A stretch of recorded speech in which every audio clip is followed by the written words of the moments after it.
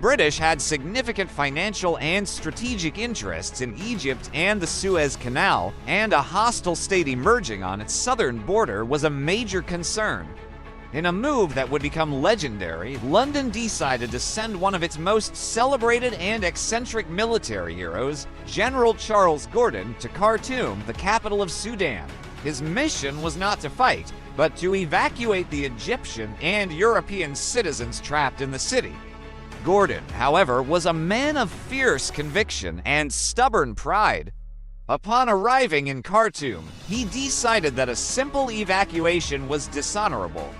Instead, he fortified the city and prepared to make a stand against the Mahdi's approaching army, convinced that his government would eventually send a relief force. What followed was one of the most famous sieges in modern history. For 10 long months, Gordon and his small garrison held Khartoum against the massive Mahdist army. Back in Britain, the public was captivated by the drama. Gordon of Khartoum became a household name, a symbol of Victorian heroism against overwhelming odds. The public demanded action, and finally, a reluctant Gladstone government dispatched a relief column to save him. But it was a race against time, and they were running out of it. The relief force fought its way up the Nile, battling Mahdist fighters and the harsh desert environment. They were just 2 days away from Khartoum when the news they dreaded arrived. On January 26, 1885, the Mahdist forces, whose supplies were dwindling, launched a final, desperate assault.